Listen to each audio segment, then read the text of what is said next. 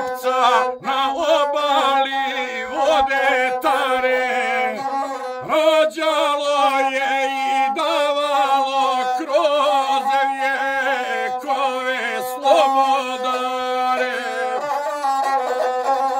Imalo je znamenitih i biranih ljudskih glava, ali jednom čast najveća što pod temelje crkve spava.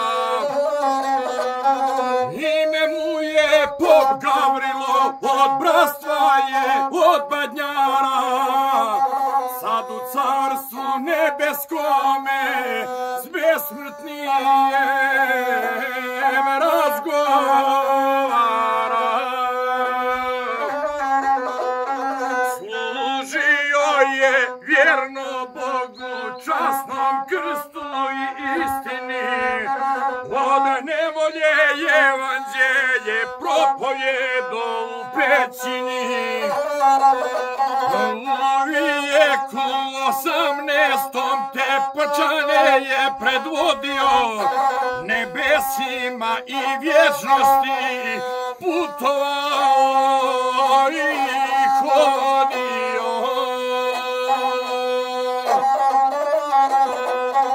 Sagaradio na imanju spomen crkvu od drveta, to mu bješe sad imetak koji isteče od svijeta. I danas mu sija ime ko što mu je krstijao, vječnim sunce od iskona na nebu se ogrijao. S ponosom ga narod pamti, Durmitorci i Tepčani, svrstao se u legendu gdje stoluju odabrani. Svjetlost granu spomen ploču Badnjari mu počast čine, a pop spava mirne duše gdje i druge veličine.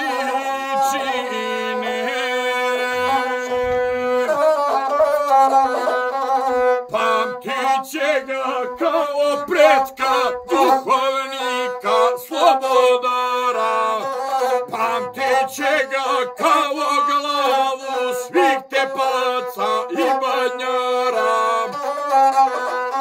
Nek odmara u vječnosti u temelje svetoga hrama, ime će mu pronositi hladni vjetar planinama. A srpski će guslar često sa guslama preko krila